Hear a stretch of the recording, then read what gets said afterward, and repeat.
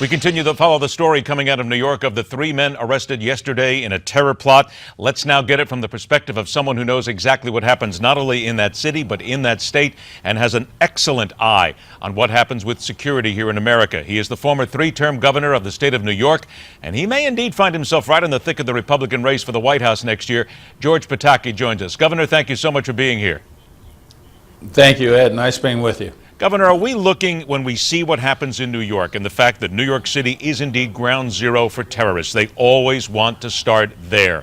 But the way things are done there, working all the different agencies and the absolute push that they always have looking for these people and being very proactive, does that need to be a model in the United States for other major cities, but not even major cities, average cities, if we're going to stay safe?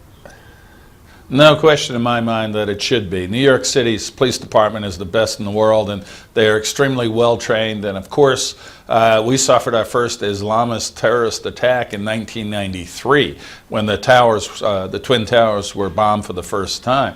So the NYPD now has decades of experience of knowing how to monitor and make sure that recruitment areas, people who are targeted, internet chatter, things that can lead them to believe someone is about to engage in a terrorist move or act.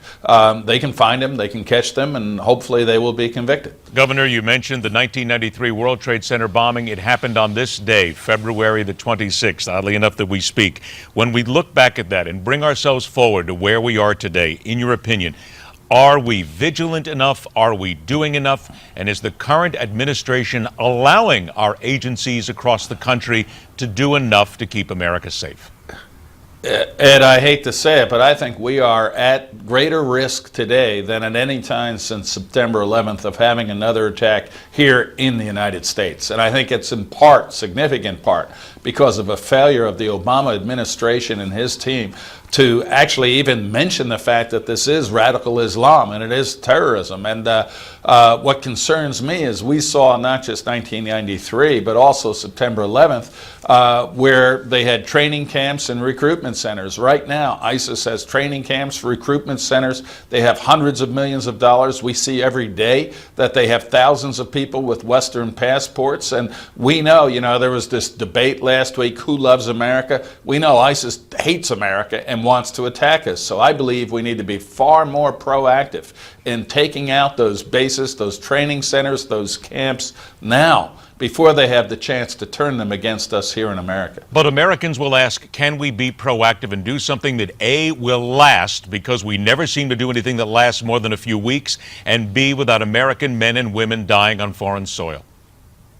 I think we do have to commit troops when necessary on the ground to take out training centers and recruitment centers and places where they are planning and organizing to attack us here. It's that simple. I wish it were not the case. I have two sons. They both served in the military overseas. I don't want to see us send one other person over there in harm's way unless it's absolutely necessary. But when you look at this president, when he addressed the American people about ISIS and a strategy to destroy ISIS, he talked about Yemen as a model. Well, nobody's mentioned the fact that Yemen today is controlled by radical Shia militias, largely controlled by Tehran. It is a failure, and we cannot fail against ISIS because we know they want to attack us here. I have about a minute left here. You have formed a political action committee called We the People, Not Washington, looking at a possible 2016 run. What is going to make your decision, yes or no, that you will run? And if you were in charge today, what would you do about the terrorist threat right now?